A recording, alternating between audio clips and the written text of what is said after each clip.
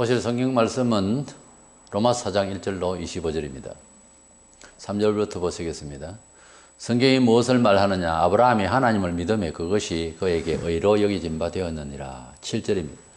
불법이 사함을 받고 죄가 가려짐을 받는 사람들은 복이 있고 주께서 그 죄를 인정하지 아니하실 사람은 복이 있도다 함과 같으니라. 그런즉 이 복이 할례자에게냐 혹은 무할례자에게냐? 무릇 우리가 말하기를 아브라함에게는 그 믿음이 의로 여겨졌다 하노라. 11절입니다. 그가 할례의 표를 받은 것은 무할례시에 믿음으로 된 의를 인친 것이니 이는 무할례자로서 믿는 모든 자의 조상이 되어 그들도 의로 여기심을 얻게 하려 하심이라. 16절입니다. 그러므로 상속자가 되는 그것이 은혜에 속하기 위하여 믿음으로 되나니 이는 그 약속을 그 모든 후손에게 굳게 하려 하심이라. 율법에 속한 자에게뿐만 아니라 아브라함의 믿음에 속한 자에게도 그러하니 아브라함은 우리 모든 사람의 조상이라. 23절입니다. 그에게 의로 여겨졌다 기록된 것은 아브라함만 위한 것이 아니요 의로 여기심을 받을 우리도 위함이니 곧 예수 우리 주를 죽은 자 가운데서 살리신 이를 믿는 자니라. 예수는 우리가 범죄한 것 때문에 내줌이 되고 또한 우리를 어렵다 하시기 위하여 살아나셨느니라. 아멘. 바울은 로마서를 통해서 하나님께서 아들을 이 세상에 주셔서 우리 죄인들을 어떻게 구원하시려고 하는 그 내용에 있어서 복음의 진리를 설명을 하고 있습니다. 예수님을 믿어서 구원받는다라고 하는 우리 이방인으로서는 특별히 더 예수님의 십자가의 죽으심, 부활하심을 믿으면서 또 성천하시고 재림하실 것까지 기다리고 있는데 우리가 믿는다라고 하는 것을 이렇게 믿어라 저렇게 믿어라 그 강조점 따라서 교파가 생겼어요. 신학적인 원리에 의해서 조직을 하고 하다 보니까. 그래서 믿음이라고 하는 것은 같아야 되지 않겠어요? 일단 그래서 하나님을 믿는다 또는 우리가 기독교로서 예수교를 믿는다. 기독교라는 말은 특이적 홀로 독자로서 예수 그리스도를 믿는다는 말이에요. 독생자 예수를 믿는다는 교라 이 말입니다. 기독교란 말이에요. 그러니까 예수를 믿는다는 말이 무슨 말이냐는 거죠. 그 믿음의 정의가 참 중요한데요. 우리 예수님께서 우리를 위해서 십자가에서 돌아가시게 된 사건을 우리가 우리 대속의 주님으로 믿는 것인데 그 예수님을 믿어서 우리가 하나님께 죄 없는 사람 마냥 취급을 받게 됩니다. 그래서 믿음으로만 어렵다 인정을 받게 하시려는 하나님의 어떤 새로운 정말 새로운 인간의 법칙이 아닌 그런 약속이에요. 그래서 믿음으로만 받는 의의가 뭐냐는 거죠. 먼저 우리는 유대인이든지 우리든 이방인이든지 다 죄인인데 유대인도 마찬가지고 우리도 마찬가지고 하나님 앞에 인정을 받는다. 이제 형벌 대상으로 치지 않고 오히려 내 자식들로 삼겠다 하는 것은 내용이 지금 또 이제 설명을 드려야 되겠습니다만 그것만큼 복된 게 있겠어요. 세상에 무슨 기회가 있고 복이 있고 하더라도 지옥 가면 꽝이죠. 정말 완전 허당이잖아요 인생이. 그러니까 우리에게 제일 큰 복이 뭐죠? 죄 없이 함을 받고 어렵다 인정을 받는 것 아니겠어요? 그만큼 큰 복은 없으리라고 봅니다. 이래서 아담과 하와 때부터 범죄를 저지르고 하나님 앞에서 두려움을 가지고서 숨고 나무 뒤에 숨고 하는 이런 행위가 인간에게 있어서 지구촌에 나서 지금까지 많은 사람들이 종교를 만들고 수도를 하고 하는 이것은 어떤 신에게 대한 부담감, 두려움 이것을 회피하려고 이것을 해결하려고 노력한다고 하는 것이 바로 이제 종교 운동이고 교양, 수도 뭐 이런 것들이 이제 나온 거죠. 그래서 그런 부담감, 사람으로 나면 두려움과 신에게 대한 어떤 부담감 이것이 뭐 착해야 된다, 뭐 이런 쪽으로 이제 가는 보통 윤리 도덕이 이제 주를 이루는 것이 종교의 교리예요. 그래서 세상에서도 종교까지는 아니지만 도덕적인 것을 상당히 귀하게 여기잖아요. 이런 모든 것들이 왜 우리에게 신에게 대해서 부담감을 가지고 어떤 신들의 이름을 만들어 놓고 그렇게 도리를 생각하게 되느냐는 거예요. 이것은 하나님을 떠나 있는 사람들의 심적, 종교적 그 심리의 부담감인데, 그것은 동성향을 물론 하고 다 마찬가지예요. 유대인들이 우리가 어떻게 하면 하나님 일을 제대로 해서 하나님 마음에 흡족하게 할 수 있겠느냐는 식으로 질문을 했어요. 그때에 답이 요한복음 6장 29절에 예수께서 대답하여 이르시되 하나님께서 보내신 이를 믿는 것이 하나님의 일이니라. 하나님께서 보내신 이 예수를 믿는 것이 하나님의 일이라는 거죠. 이렇게 답을 하셨는데 참 묘하죠. 우리가 무슨 질문을 이렇게 했을 때 하나님께서 이렇게 착하게 살고 이렇게 도리로 살아라 이렇게 했으면 차라리 우리가 얼른 알아듣기 쉬운데, 하나님께서 보내신 자 예수 그리스도가 너희를 위해서 다 책임지고 대속의 죽음을 죽었으니까 믿으라는 거예요. 이것이 바로 일반 종교에서 말하는 도리하고 다른 입장이에요.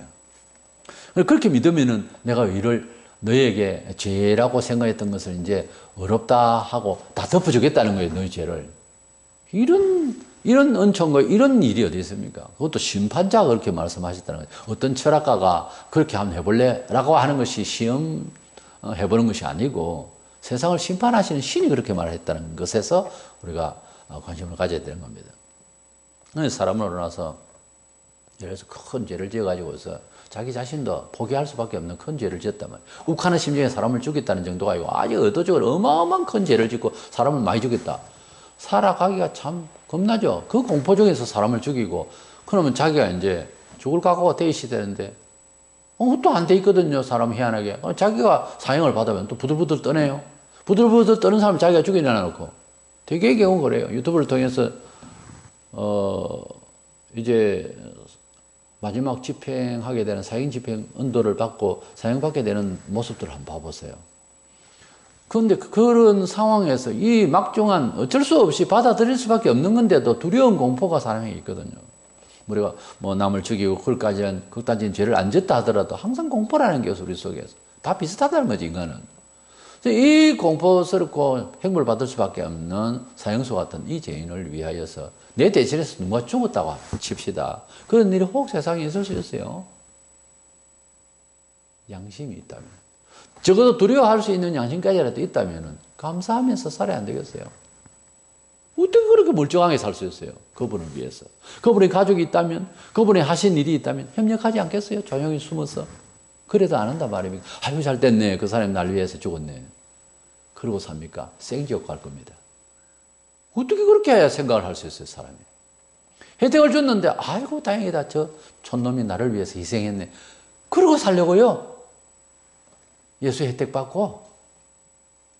말이 된다고 생각하세요? 근데 그런 교인이 허다한 세상입니다. 말도 안 되는 거예요. 예배당에만 다닌다고 천당 갑니까? 본문 5절에서 6절에 이를 아니할지라도 경건하지 아니한 자를 의롭다 하시는 이를 믿는 자에게는 그의 믿음을 의로 여기시나니 이란 것이 없이 하나님께 의로 여기심을 받는 사람의 복에 대하여 다윗이 말한 바. 우리가 어떤 하나님 앞에서 신에게 대한 어떤 부담감, 착하게 살아야 되고 무슨 이런 윤리들 혹은 어떻게 충성을 하고 뭐 이렇게 구원받는가 하는 부담이 있어요, 사람에게. 근데 그런 일이 아니고 일을 아니할지라도 하는 말, 그 말이에요. 우리가 어떤 윤리적인 것, 종교적인 행사가 아니라도 예수를 믿으면 어렵다고 쳐주겠다고 하는 이런 말도 안 되는, 인간적으로는 합리적으로는 안 되는 것을 심판하시는 신이 그렇게 선언을 했는데 어떻게 해요? 우리를 어렵다 하시는 분은 하나님이시니 누가 옆에서 엉뚱한 소리 하겠냐 이거죠, 성경은.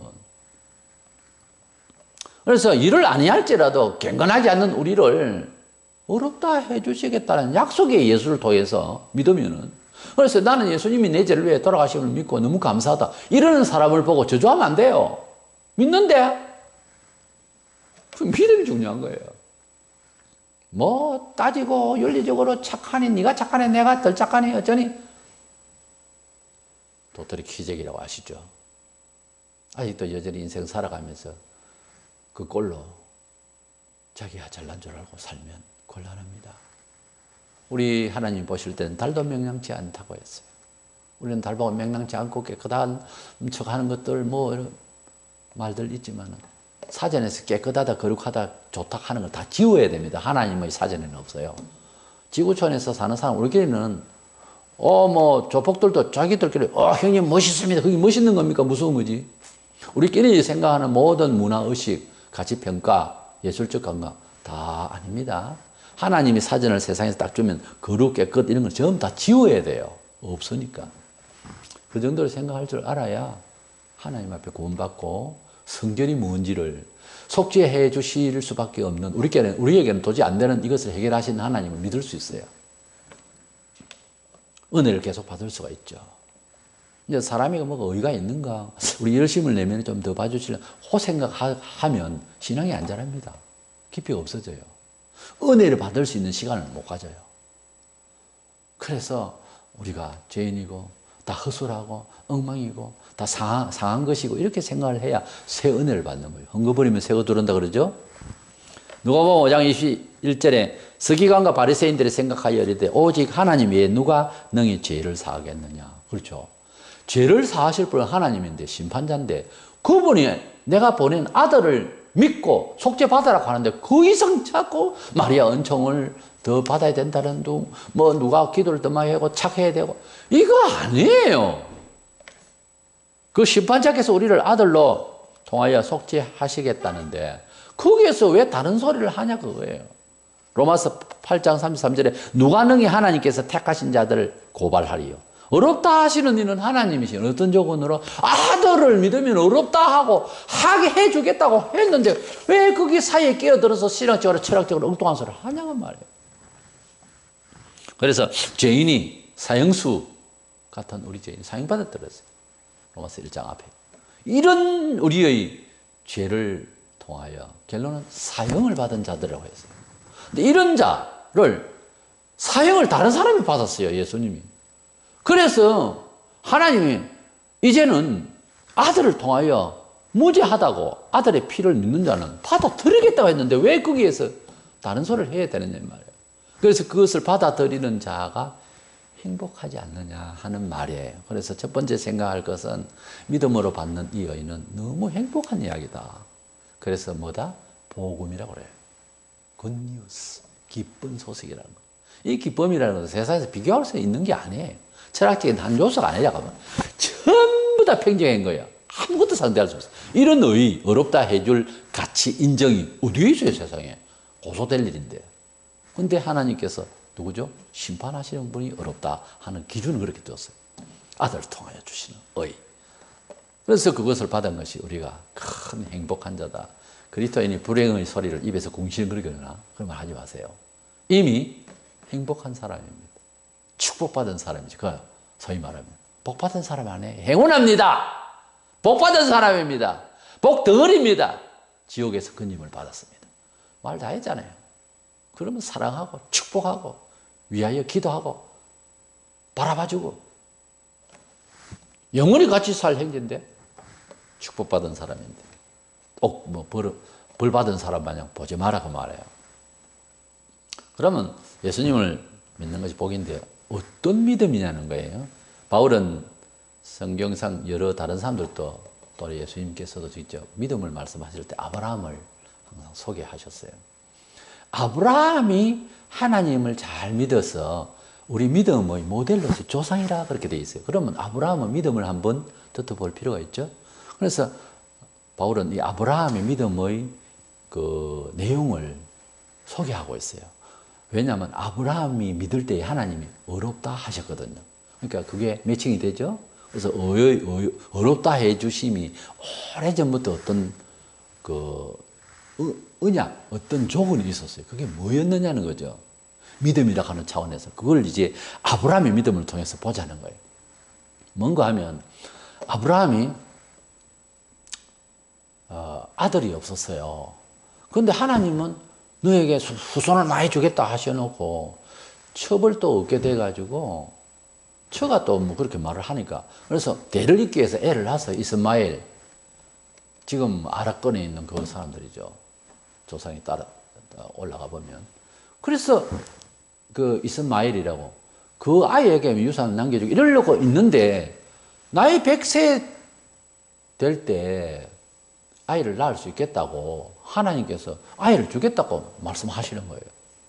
그때는 지금이나 100세라 하면은 나이가 많고 또 아브라함이 처가 하는 말이 내가 지금 기운도 없고 그리고 또 그런 감정도 없잖아요. 할아버지인데. 그리고 여자는 뭐 기기 웃을 그런 상황에서 무슨 망측스럽게 이 나이에 뭐 경수 다 끊기고 뭘 아이를 갖는다. 그 당연한 이야기죠. 그랬는데 놀라운 것은 아브라함이 믿었다는 거예요. 그 말을. 그 언약을 믿었다는 거예요.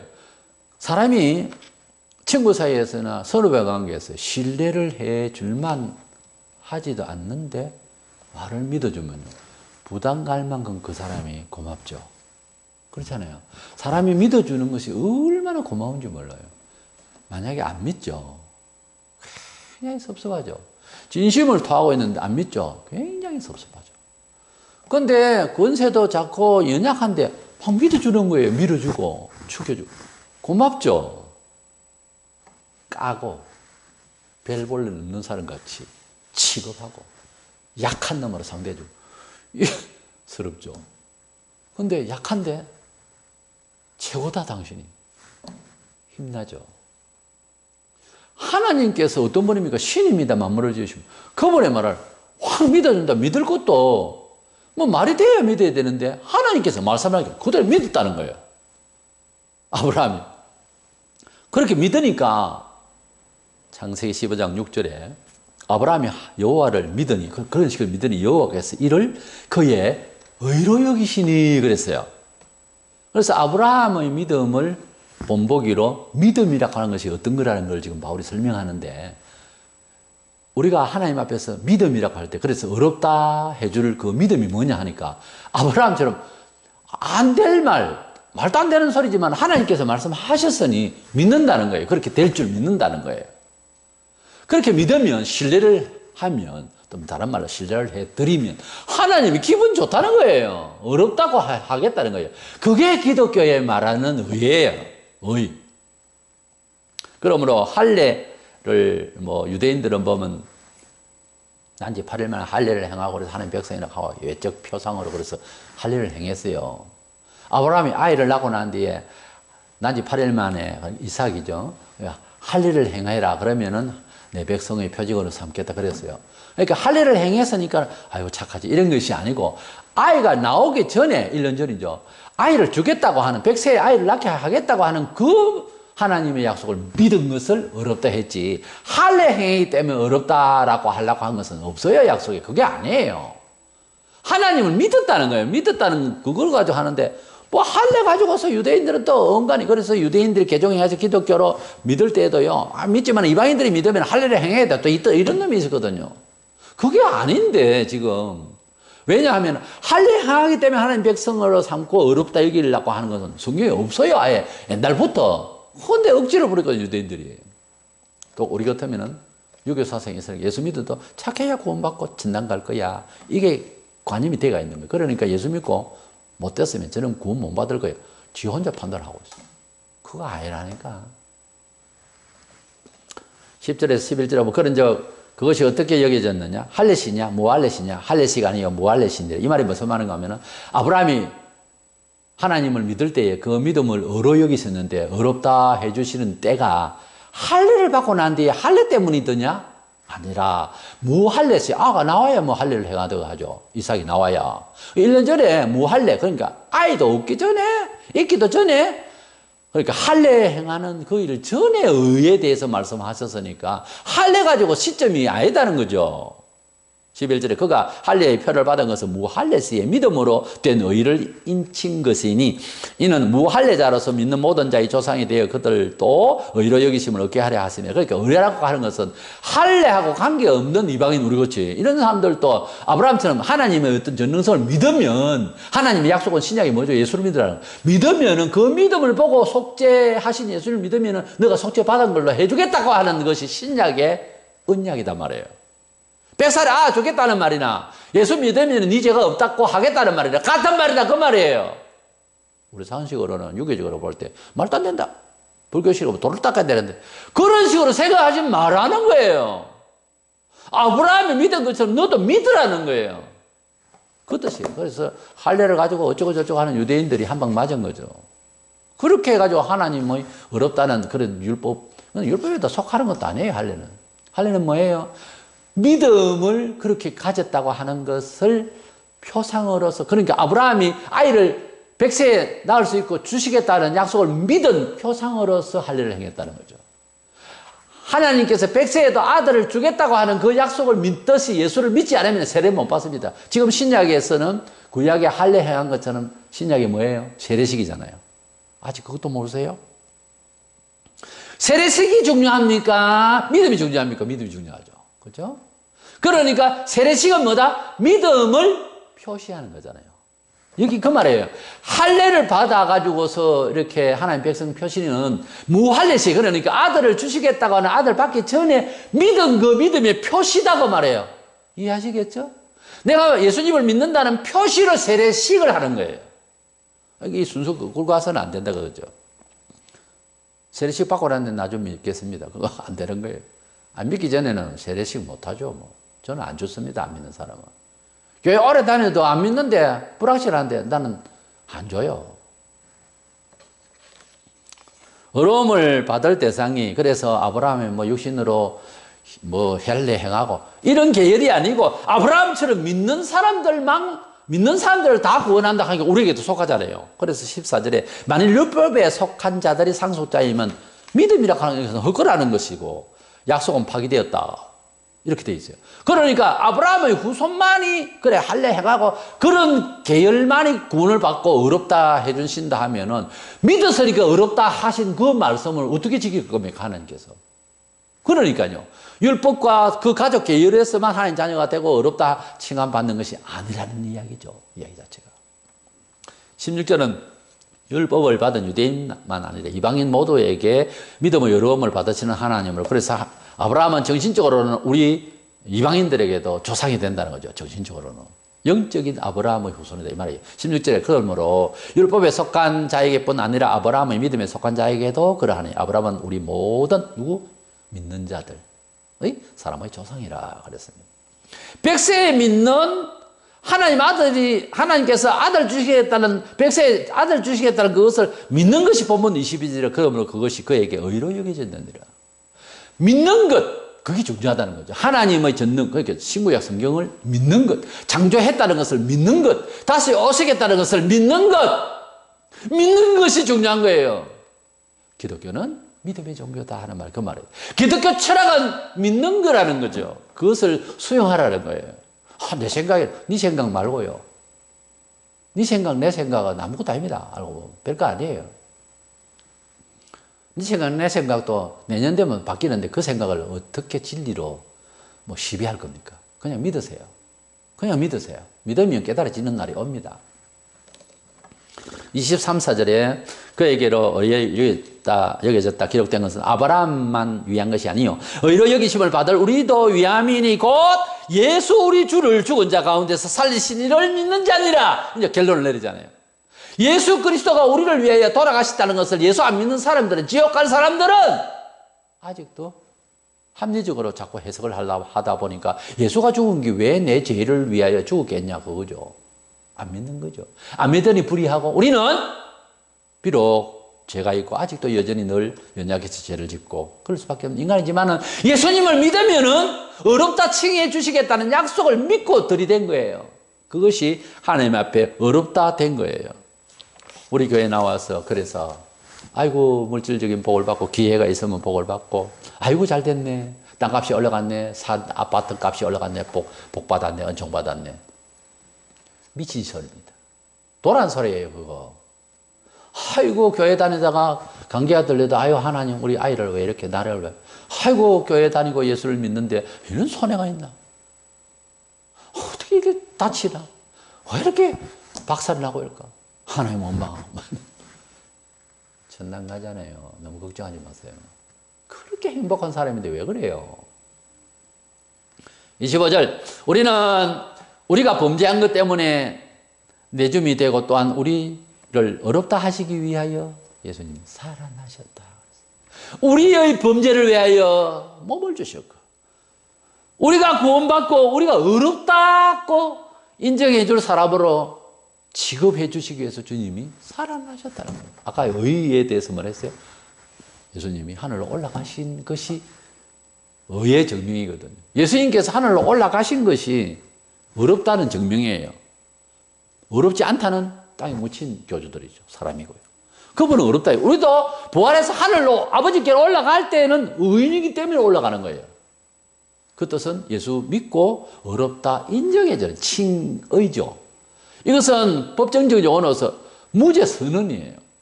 우리가 스스로 인격 수양 그거하고 관계가 없어요. 관계가 없는 게 관계 있을 수도 없고요. 기독교 신앙은 십자가의 정신으로 사회를 봉사를 많이 하고 예수가 선인은 성인이니까 뭐 착하고 그거 아닙니다. 그런 시를 쓰거나 그런 말을 하거나 그래서 결정적으로 그것이 기독교의 본질인 양 하지 마세요. 밥 퍼주고 착하게 하고 이웃을 하는 것은 목적이 뭐다? 예수교인으로서 정당해야 되고 그것이 잘하는 거고 그것이 하나님 믿는 도리다. 천만에요. 복음을 증거하기 위한 수단입니다. 그것 가지고서 뭘 한다고 하면은 반드시 그거는 그 사람이 존경받아야 할 그런 위치가 돼버려요. 잘못하면. 이것을 통해서 하나님의 복음을 증거하겠다 하면 전혀 상받을 생각을 아예 안 합니다. 심지어 목회도 마찬가지예요. 예수를 위하여서 전부 도구들이 되면요. 자기 영광을 절대 안 받아요. 그런데 예수를 위한 요구가 아니고 자기 영광을 취급하는 사람은 비복음적인 목사들, 이단들 보면요. 자기를 신격화해요. 왜 그래요? 이 모든 작업과 모든 일들을 통해서 하나님께 영광을 돌리는데 복음을 위해서 지옥 가는 사람을 구출해내기 위한 수단으로 생각하지 아니하고 종교 사업으로 생각하기 때문에 자기가 영광을 받아버려요. 그 차이가 그렇습니다. 신령한 눈으로 보면은 자기 영광을 위해서 살 것이라고 예측되는 사람은요. 그것에 봉사하고 뭐 잘하고 하는 것이 아예 목숨을 걸어요. 그게 아니에요. 그걸 통하여 어떻게 하면 이 기회에 복음을 전하기 위해서 이렇게 없어버려 이런 일을 하게 하느냐 하는 것을 딱 명시가 되어 있는 사람은 절대로 그 사람 타락하지 않습니다. 그런데 목회를 하든 장사를 하든 뭘 하든 평신도든 누구든 그 일 자체만을 위해서 막 목숨 걸고 하면요 나중에요 문제를 일으켜요. 알아들으시기 바랍니다. 하나님의 아들을 통하여 일하는 모든 우리 성도들의 은행 심사가 복음을 위한 조건이 안 돼요. 하나님께 영광을 돌리기 위한 이 복음이거든요. 복음 뭡니까? 사람 죄인 구하려고 하는 겁니다. 이거를 위해서 복음의 확산을 전파하고 하는 이 일을 위해서 총집중하는 장사, 계획, 모임, 레지까지 이 모든 것들을 그렇게 생각하지 않는 이상은요 꼭 보면 실패를 해요. 교회가 뭐 사회를 위해서 봉사 많이 해보세요. 복음을 위한 이야기가 안 들어가고 목표가 안 되면 사고를 친다니까요. 그거요. 뭐 기부금 많이 하고 기부천사도 있고 뭐 한 사람 많이 여러 사람 있죠. 예수 제대로 안 믿으면요 사고 냅니다. 두고 보세요. 안 됩니다 그거. 선행 실컷하고 욕 듣고 예? 실컷 도덕적인데 나중에 파멸하는 사람도 있어요. 왜요? 하나님의 복음의 사람으로서 목표의식이 아닌 거죠. 하나님께 영광을 돌리기 위해서 진정한 백성이라면 선행을 할 때도 성경적이어야 합니다. 능력을 행하고 종교적 행사로 기적을 행한 사람도 버림을 받는 게 마태복음 7장에 나오잖아요. 21절, 23절. 왜요? 하나님의 뜻대로의 삶이 아니라고 예수님이 불법을 행한 자라고 했어요. 법이 뭐예요? 하나님의 목표의 법이잖아요. 하나님도 말씀을 주시지만 목표가 있어요. 무슨 책이든지 목적이 있어요. 그거를 놓치고 우리끼리의 종교 활동 아무리 해도요 버림받습니다. 성경이 그래요. 우리는 우리 예수 그리스도를 믿음으로만 구원받는다라고 하는 것을 너무 우리끼리만 이해하지 말고 바울이 말한 것처럼 아브라함 아예 율법은 모세 때 왔잖아요. 아예 율법도 오기 전에 또 할례 가지고 막 그 유대인들이 했는데 복음을 막 저해하고 예수 믿는 사람 보고 뭐 그래도 율법을 지켜야지 어쩌고 이거 아니에요. 그 전에 안 되는 일을 되게 하시는 하나님을 믿었다는 거예요. 죽은 자를 살리시는 하나님을 믿고 없는 것을 있는 것처럼 말씀하시는 하나님을 믿었다는 데 의의가 있다는 거죠. 지금도 마찬가지로 예수 그리스도를 구조를 믿으라 우리가 전도하고 말하죠. 안 믿잖아요. 근데 우리는 믿었잖아요. 이 믿음을 다른 행사 말고 행위 말고 이 믿음을 가졌으면 의인이라는 거죠. 우리는 서로 의인이 된 거예요. 말 한 번 하지 마세요. 의인을 감히. 하나님의 왕자같이 왕손들같이 되어 있어요. 우리가 신분상 인격은 행편없지만 아직도 그러나 신분상 하나님의 양자로 부름을 받았기 때문에 그 집에서 문 열고 나가는 사람 함부로 건들다가 누구한테 맞아요? 하나님께 맞지. 거기에서 나오는 사람 중에는 교회의 중차대한 책임을 진 사람도 있고 가자면 목사도 있고 평신도도 있단 말입니다. 그렇기 때문에 하나님의 권위 때문에 함부로 건드리면 안 된다고 말해요. 못 났음에도 불구하고. 동시에 그 아버지 집에 들락거리는 사람은 취급을 불신자와는 다르겠죠. 잘못하면 매도 치고 더 잘 때리고 어떻게 채통이 그러냐 하고 치는 것이 교회의 징계이고 권징이죠. 그 권징도 받을 줄 알아야 참 자녀라고. 히브리 12장. 그래서 믿음으로만 받는다고 하는 어렵다 칭함의 의에 대해서 오늘 생각을 해봤는데, 이 의는 저 옛날부터 아브라함 때부터 대략 지금부터 한 4, 5천 년 전에 아브라함이 행사하던 그 믿음인데, 그 믿음을 소개한 거예요. 뭐요? 백세의 아이를 주겠다는 말도 안 되는 이 비합리적인 이야기를 듣고 믿음이 약해지지 않고 강하게 믿었다는 거예요. 예수를 내 생명을 위해 돌아가시고 나를 얻었다 하시기 위해서, 증명하기 위해서 부활하신 것을 믿는 자에게 주실 의가 이와 같은 아브라함의 믿음과 같은 의다라고 바울이 그렇게 명료하게 설명을 해주고 있어요. 얼마나 감사합니까? 이 사장에서 우리가 믿는 믿음의 도의, 그 의를 어렵다 해주시는 내용이 예수 믿는 믿음을 아브라함이 안 되는 것을 된다고 믿는 것하고 같이 연결해 주니 얼마나 감사하고, 성경은 아브라함이 직통 계시를 받았던 것과 같이 읽어야 됩니다. 예수는 내 죄를 위해 돌아가셨단다. 그런가요? 감사하고 믿겠습니다. 나는 지금부터 지옥 가는 사람이 아니네요. 그렇습니다. 그렇게 믿고 있을게요. 이것이 신약에서 말하는 구원받을 사람, 지옥 갈 사람. 너무 간단해요, 사실은. 그 사람 건져주시는 하나님의 약속입니다. 이걸 언약이라고 그러고, 새로운 언약이라 해서 신약이라고 그래요. 구약은 탄약이 아니고요. 구약은 옛날에 그렇게 약속했는데 그것도 내가 믿음으로 하는 거예요. 신약은 새로운 약속인데 예수 그리스도를 믿는 약속이죠. 그래서 신구약은 사실은 무슨 책이다? 믿음의 책이에요. 하나님을 믿으라는 내용이 이렇게 안 믿으니까 두꺼운 거예요, 책이. 달랑 믿으면 얼마나 좋겠어요. 믿으면 되겠네. 믿음으로 어렵다 칭함받고 생활 잘 되기를 축원합니다.